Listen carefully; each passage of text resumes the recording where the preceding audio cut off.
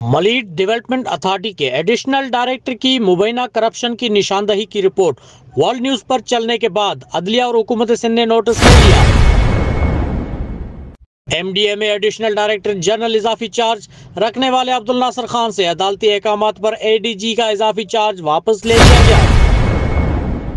वज़ीर बल्दियात सिंध की हिदायत पर सेक्रेटरी बल्दियात नजम शाह ने additional director general MD Abdul Nasir Khan से एडिशनल डीजी का इजाफी चार्ज फौरी वापस लेने की हिदायत कर दी। एडिशनल डायरेक्टर जनरल एमडीए के ओहदे पर किसी अच्छी शोहरत रखने वाले सीनियर अफसर की तैनाती का हुक्म भी दे दिया गया। अब्दुल नासिर खान के खिलाफ संगीन बदउनवानियों और सरकारी जमीनों को ठिकाने लगाने की शिकायत भी सिंध हुकूमत को मौसूल हुई। सेक्रेटरी बल्दियात के हुक्म पर सेक्शन ऑफिसर के जारी किए गए लेटर में अब्दुल नासिर खान के खिलाफ बदउनवानी की शिकायत का हवाला भी दिया गया है। कैमरा टीम के साथ मुख्तियार चांडे, वर्ल्ड न्यूज़ उर्दू, कराची।